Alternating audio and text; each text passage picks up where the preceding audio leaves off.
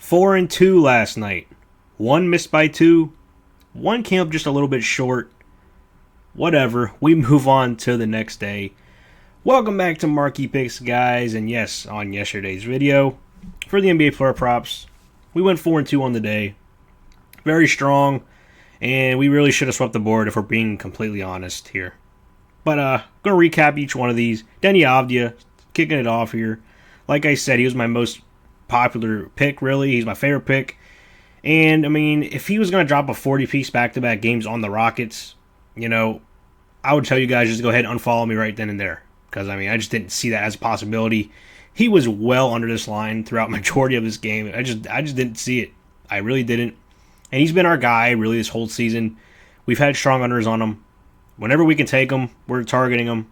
And I was going right back to the well, looking for a little bit of a get-back spot, and it cashed very, very easily on the under. He never had a chance to go over in this game. And Jalen Brunson, under 34.5 points and assists. This one was probably my least favorite of the whole entire six. So he ended up cashing out for us, and it did not look good. He had like 25 points and like 3 assists heading into the fourth quarter. So I was like, okay, it's a competitive game. Brunson's likely going to smash this line, especially as we get into the fourth quarter. With it being a competitive game, he should smash it. Wrong. I don't know how, but we were on the right side of it. That's one of those that probably went our way. It probably shouldn't have, but I'll take it. Just because he went 5 for 10 from three-point range in this game. I was not expecting him to have that much success from beyond the arc in this game. He shot a lot of three-pointers as well. So I was, a little bit confused there about him getting a three-point volume. He shouldn't have, but he did. But we were on the right side of it there. Cam Spencer, under 25.5 PRA. Another one I wasn't a total fan of, but it came through for us. Usually when we get these kind of spots for, backup point guards, filling in for the starting point guards, John Morant being out. So, it's one of those I was just a little bit iffy on just because I wasn't exactly sure how the rotation was going to pan out.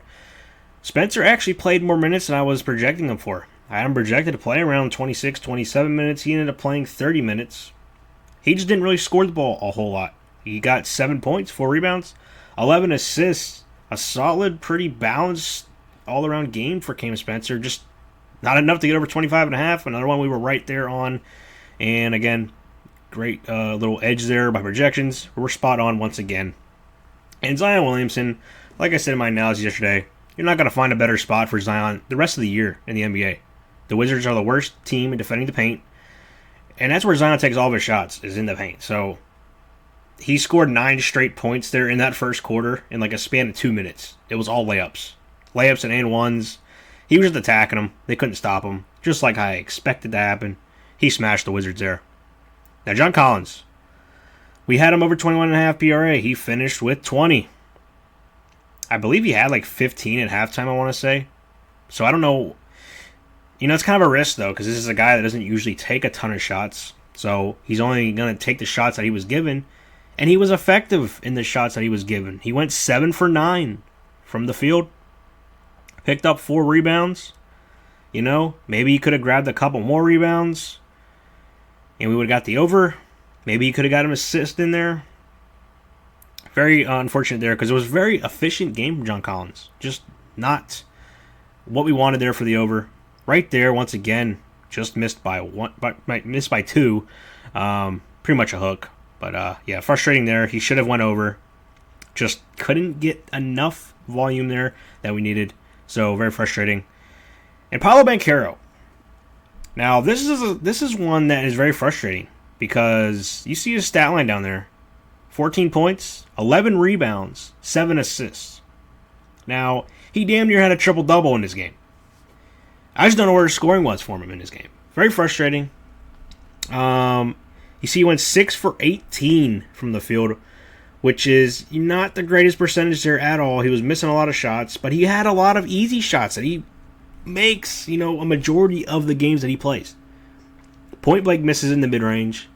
Like I said in my analysis, he was going to have plenty of mid-range chances. I did say Dominic Barlow would probably be the guy on him.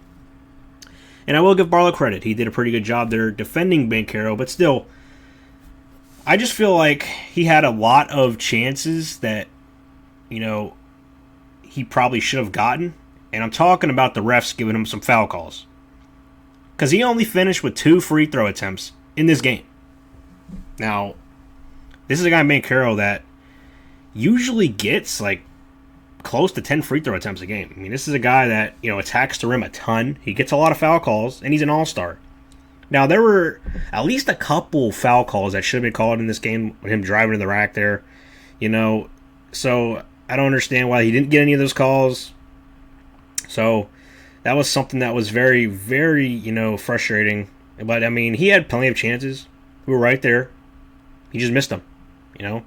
He's not really a three-point shooter. He had some three-point looks, pretty bad misses on some of them. So, you know, three-point opportunities are always kind of, you know, not what Banchero thrives in at all.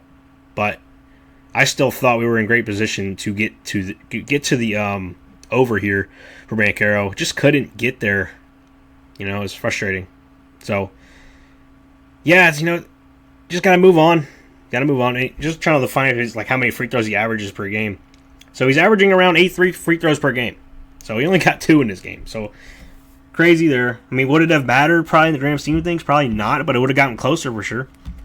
You know, give him like 4 more free throws in this game. You know, then you're only a couple off here the points and rebounds line. But just not a great scoring game here for Banchero.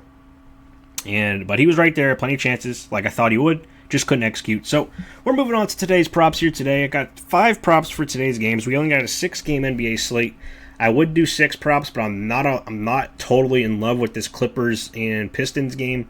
There's a lot of injury news that could shake up, so I'm just going to stay away from it right now. Maybe something will pop in the model in the morning as injury news comes out, but that's the game I'm staying away from. So I got 5 props here from the rest of the games here today. So let's go and dive right into them right now. So first pick I got for you guys is going to be LaMelo Ball over 18.5 points. I got him at 24.2. So kicking it off here with my favorite pick of the day once again. So we got the Hornets taking on the Jazz. Hornets are 4.5 point favorites. 238.5 point total. Great game environment. Should be a competitive game. The Hornets are now out here on their West Coast road trip. I believe this is their first game of a pretty long Western Coast road trip here. Yeah. So, yeah, 5 games here on their West Coast road trip. Pretty tough road trip, if I would say. But I think this is a spot here where the Hornets can get hot. Because this is a Hornets team that I am becoming a little bit of a fan of. I'm liking some of the players that they have. And LaMelo Ball, last game coming off the bench, put up 33, I believe, off the bench for the first time in his career. And he could not miss from three-point range. This dude was shooting up every 3, and it just seemed like it was just going in. Now, 18.5 points here in this spot where LaMelo should be starting in this game. I would assume so. Let me just see if they're on a back-to-back. Yeah, so this should be a game where LaMelo plays his full allotment of minutes, where he should see in the 30s. I shouldn't be worried too much about his minutes restriction. So he should definitely be live to get 20 piece here. The Jazz are not a good defense. And they also give up a ton of three-point opportunities. And they're not very good defending the paint either. So LaMelo should be able to score with relative ease here in this game. And I think he does. You know, especially coming off that last game where he was just hitting threes from everywhere. I think he continues that hot shooting into this matchup. Even though it is on the road, I think LaMelo's going to come out here and put on a little bit of a show. I would take his PRA line, but Sleeper didn't currently have one listed. They just had single individual stats. I would highly recommend taking either PRA line, points and assists. Those are probably my 2 favorite combo stats for LaMelo today.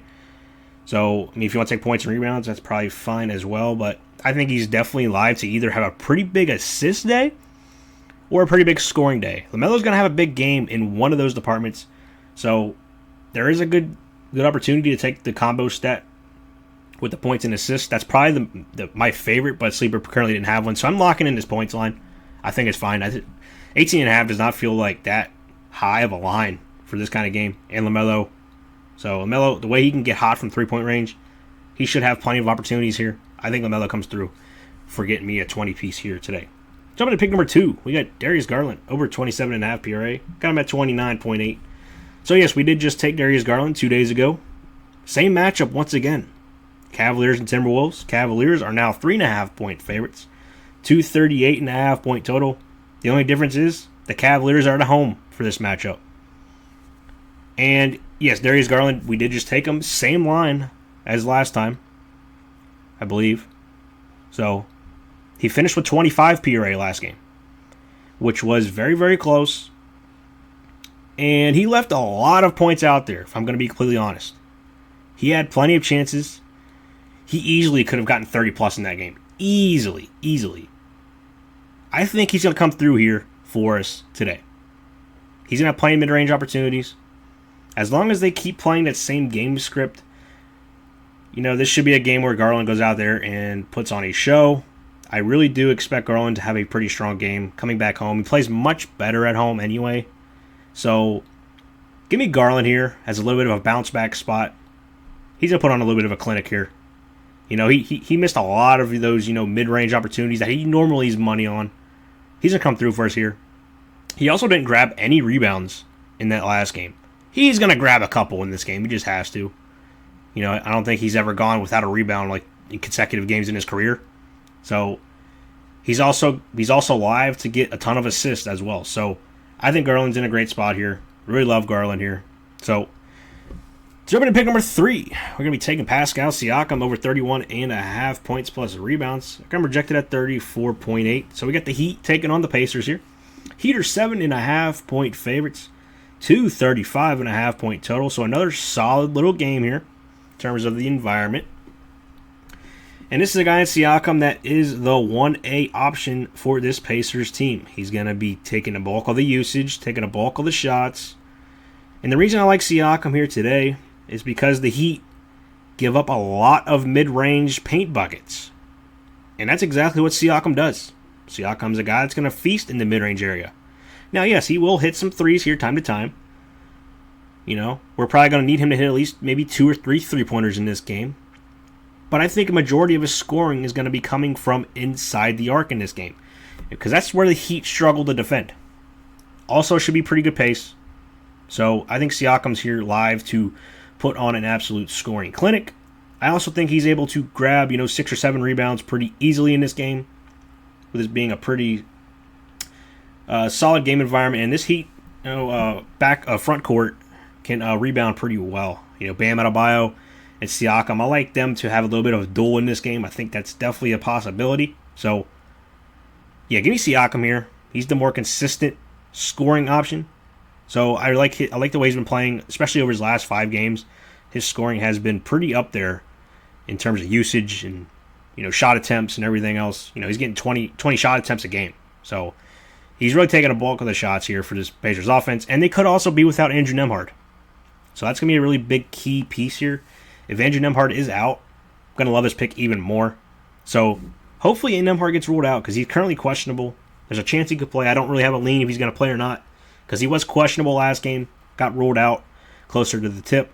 So we'll see how that plays out. I mean, if Nembhard gets ruled out, Siakam may very well be my favorite pick of the day, especially at the line that this currently is. So pay attention to the injury news. Get the projection sheet.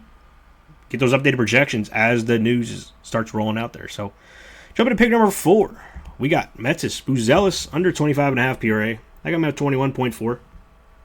So, this is interesting here. We got the Mavericks taking on the Bulls. Bulls are 3.5 point favorites, 232.5 point total. So, it's a little bit of the weaker game environments on the slate today. And yeah, this is a guy that is playing some big-time minutes for this Bulls roster, who is pretty banged up right now. They're without Josh Giddey. And, Kobe White is back, so I do expect Kobe White to play a little bit more minutes. I know he's been on a little bit of a minutes restriction, but I don't know how long that's going to be for. So, but this is a guy, Matas Buzelis, that is probably not going to be affected by that anyway, because he's really like a small forward, power forward type of player anyway. So, this is a spot here where I see the Mavericks playing some solid defense here on Matas Buzelis. Now, this is probably one of my least favorite picks of the slip, just because the Mavericks are not very good at guarding the rim, and Buzelis is a slasher. He was just in the dunk contest last year, for a reason. So, this is a guy that can attack the rim. He will also shoot some three-pointers. But Mavericks don't give up a ton of three-pointers. So I don't know if the three-point shot's going to be there for Buzelis in this game.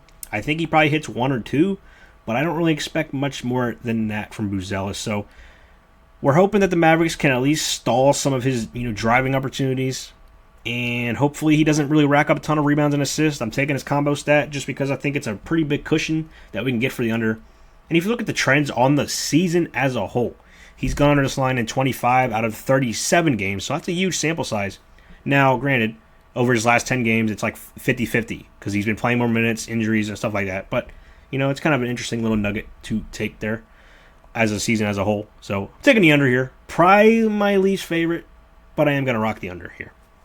Jumping into pick number 5, the last pick of the slip. Before I reveal it to you, smash the like button. I take a second to do. Really do appreciate all you guys' support on these videos. We're getting better here.